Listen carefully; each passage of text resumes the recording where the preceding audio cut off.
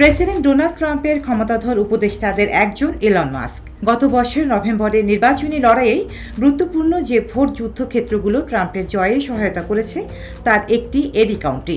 এখানে সর্বশেষ নির্বাচনে 50% বেশি ভোটার ট্রাম্পের পক্ষে ভোট দিয়েছেন। বিশ্বের শীর্ষ এই ধনীর হাতে নজিরবিহীনভাবে ক্ষমতা দিয়ে রেখেছেন খোদ মার্কিন প্রেসিডেন্ট ডোনাল্ড ট্রাম্প।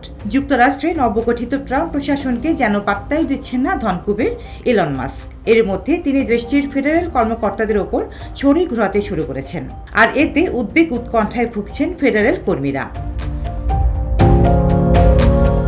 উল্লেখ্য, দক্ষিণ আফ্রিকার বংশোদ্ভূত মাস্ক মার্কিন সরকারি কোষাগারে পাওনা মেটানোর ব্যবস্থার নিয়ন্ত্রণ নিয়েছেন। এটি লাখো কোটি ডলারের ব্যবস্থাপনা করে। মাস্ক একাই যুক্তরাষ্ট্রের মানবিক সহায়তা সংস্থা USAID বন্ধ করে দেওয়ার ঘোষণা দিয়েছেন।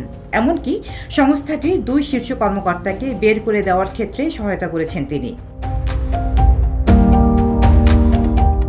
তার এমন একচেটিয়া সিদ্ধান্তে বেশ চটেছেন দেশটির ফেডারেল কর্মকর্তারা। তারা মনে করছেন কোনো রকম জবাবদিহি ছাড়া ট্রাম্প প্রশাসনকে ব্যবহার করছেন মাস্ক।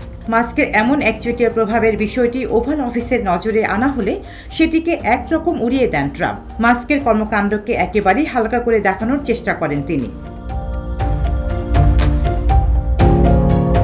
অন্যদিকে মাস্কের প্রতিটি বিষয়ে ট্রাম্প প্রশাসন যেভাবে ছাড় দিচ্ছে তাতে মাস্কের অসীম ক্ষমতার প্রমাণ পাচ্ছেন নেটিজেনরা। এতে মাস্ক ও ট্রাম্পের বিরুদ্ধে অসাংবিধানিকভাবে ক্ষমতা দখলের অভিযোগ তুলেছেন বিরোধী ডেমোক্র্যাটরা। Desk report, Deshkal news.